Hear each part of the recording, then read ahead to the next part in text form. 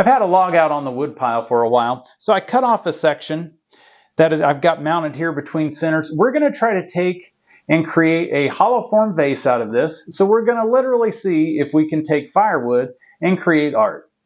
Welcome to Turning Stitches. I'm Sean. We help wood turners learn the craft to begin making fun projects faster. To get this piece roughed down, we've got kind of an oblong shape up here on this end of the log, and it's a little more circular down here, but these two ends are not quite parallel. So I have it in between centers. Most of the time when I'm doing a vase like this, I prefer to use a faceplate. When I tried that earlier, it was too twisted. The nice thing about starting between centers is it allows us to get the piece a little more balanced, and then we'll get these two ends kind of parallel to one another as we're roughing it down.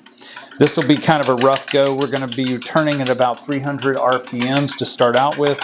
It'll take a little bit to get it round, and then we'll gradually pick up the speed as we move along.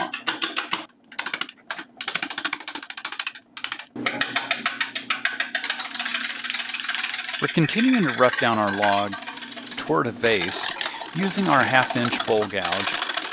One of the things that you can see here is we're really just getting basically sawdust off the piece. We're not getting those long ribbony shavings that we often get. This piece has started spalting. I mentioned that the log had been out on the wood pile for a while, so we are getting some decay. The great thing about the spalting or decay is it's going to give us some great visual interest in the final vase, but along the way it's going to be pretty challenging to work with.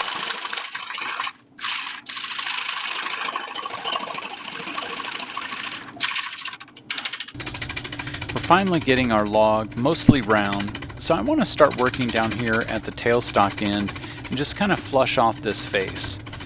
It's much like forming a tenon if we were turning a bowl or something like that. So all I want to do is get this face flat.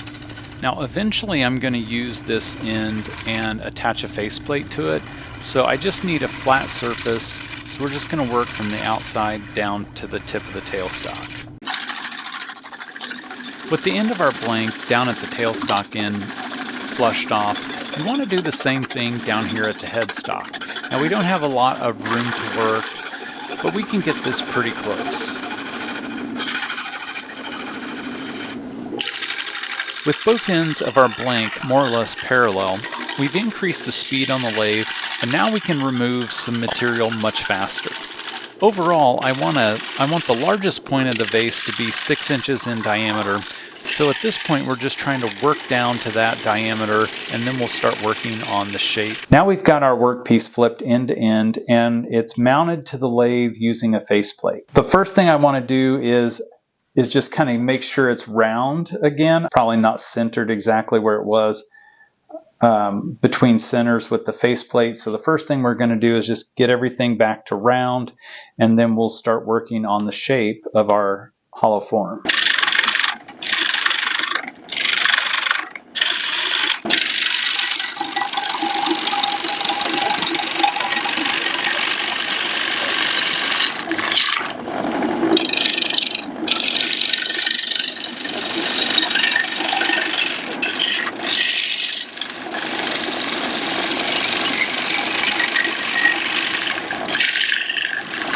Now that we've got our workpiece mostly round, we want to start working on the shape of our hollow form vase. What I'm going to start with is working up here at the top. I'm shooting for a 6-inch diameter, and we're a little wider than that at this point, which is good. That'll give us a little bit of space so that we can kind of work our shapes, and then we should be pretty close to 6 inches in diameter at the widest point, which will be up here toward the top of the vase. So let's start working on this top edge and rolling that over and beginning our shaping of our vase.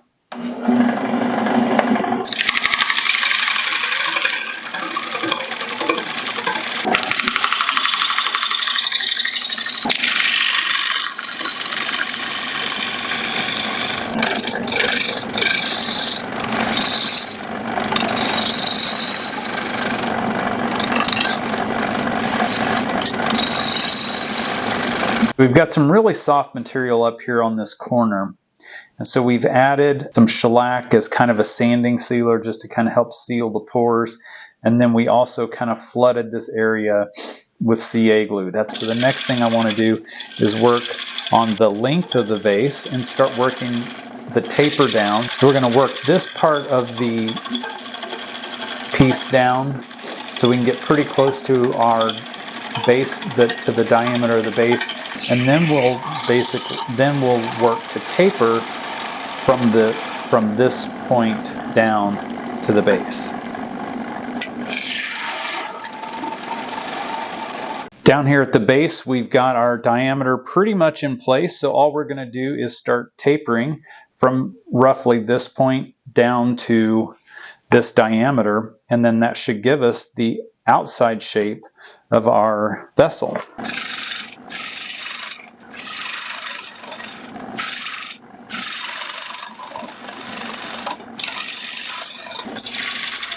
You'll notice here I'm sticking with the 1/2-inch bowl gouge as I'm working on this taper. You could use a spindle gouge, maybe even a skew chisel. There's several tools you could use, but I'm sticking with the bowl gouge, which I'm just most comfortable with.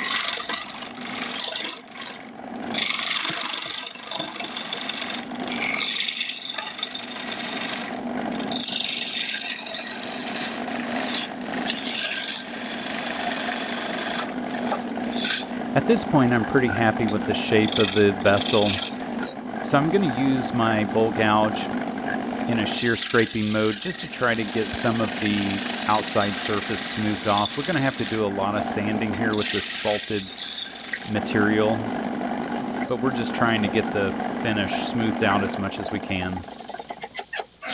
We've got the outside of our vase in pretty good shape. It's been sanded through the grits. We did use some CA glue to kind of reinforce and stabilize a lot of the really soft fibers. So that took us a little extra time. We did quite a bit of work off camera to get that ready to go, but otherwise we're in pretty good shape. The next step is to start hollowing. So the first thing I want to do is drill a depth hole, and I'm going to measure that hole here with this little shop-made jig, which is just a scrap piece and a dowel rod. I want to leave about 1 inch or so in the bottom. That'll just make the bottom of the vase a little heavier and a little more stable. Now that I've got that measurement on this part of the dowel, we're just going to take a little bit of blue tape. We'll mark our drill bit. Got our drill bit lined up there. We'll just kind of eyeball that. It doesn't have to be perfect. We'll start drilling with this 1/2-inch bit, and then I'm going to use Forstner bits as well to do as much of the hollowing as I can. So let's get that going. We've got our depth hole to the depth we want. It's about 1/2 inch in diameter. Now I've switched over to this larger 2.5-inch Forstner bit. So we're going to basically drill this out as deep as we can get it. It won't go all the way down to the bottom of our depth, but that'll hog out a lot of material, and then we will finish hollowing with our hollowing tools. Now that we've got most of the material hollowed out from our vase using a 2.5-inch Forstner bit, we're going to finish it up with our hollowing tools, and this is the Robert Sorby Ultima hollowing system. And then I've also got a Steady Pro here, which just makes it a little easier. I don't have to fight the tension or the torque on the cutter head quite as much using this combination. So let's go ahead and keep working on hollowing our vase.